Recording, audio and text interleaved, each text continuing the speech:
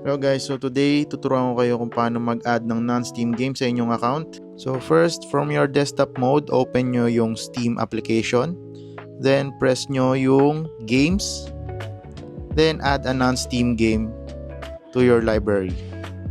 Then after nun, may lalabas na prompt. Then click nyo lang yung browse. Then from here, hanapin nyo lang yung directory ng game folder or yung game na gusto nyong ilagay sa inyong non-Steam library. Once na malocate nyo yung folder, open nyo lang, then make sure na yung ipipiliin nyong file is yung .exe yung dulo. So ayan, click open, then add selected programs. So after nyan, close natin yung Steam application. Then bago tayo pumunta sa gaming mode, install muna natin yung Proton Tricks. So open lang natin tong Discover na application.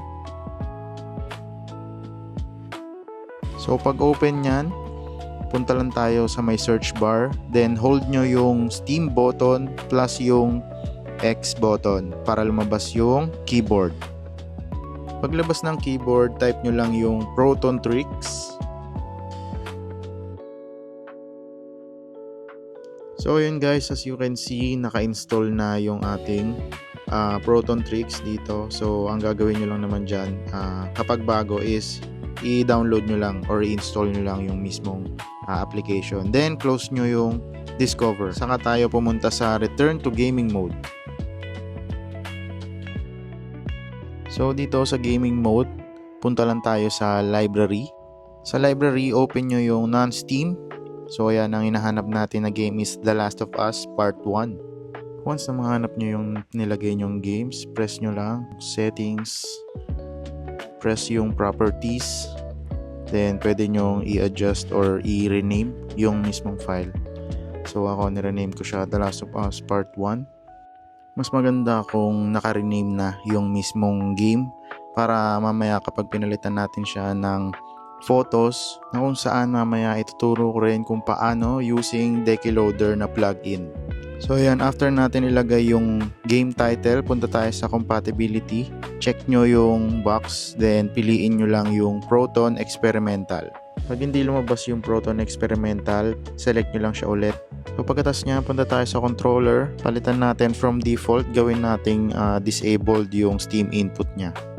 Once na na-configure natin yung settings niya, i-run muna natin siya, and most probably sa unang open niya hindi siya magra-run at dun magka-crash yung game. Once na lumabas na yung error prompt, ang next step natin ay ang pag-open ng Proton Tricks na application na dinownload natin sa Discover app. So once na ma-close natin yung application, punta tayo sa desktop mode. So once na nasa desktop na tayo, tap lang natin yung Steam na icon sa bottom left. Ayan. Tapos, tap natin yung Utilities. Then, mahanap nyo ron yung Proton Tricks. Open lang natin yan. Then, hanapin nyo yung game title na nilaro nyo kanina nag-error, which is yung The Last of Us Part 1.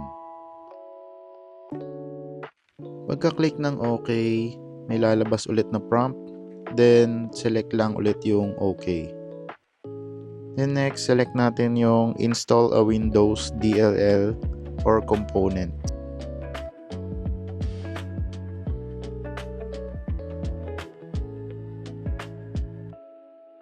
After lumabas ng package installer, yan, hanapin lang natin yung VC Run 2022.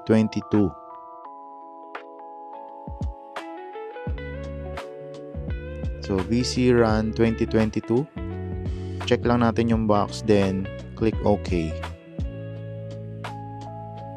Once maklik yung OK, may lalabas na prompt na mag-i-install. So check lang natin yung box, then proceed tayo sa pag-install.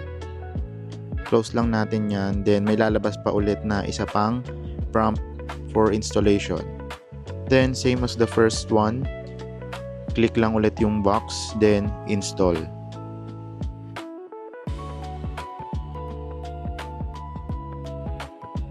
After nito, pwede na tayo ulit bumalik sa gaming mode para i-test yung game.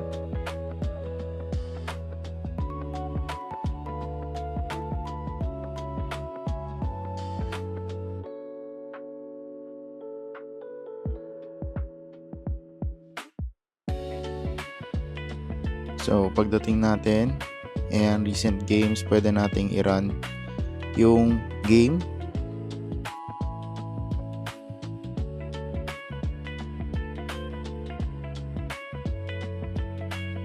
So, may lalabas na prompt ng safe mode. So, press nyo lang yung no.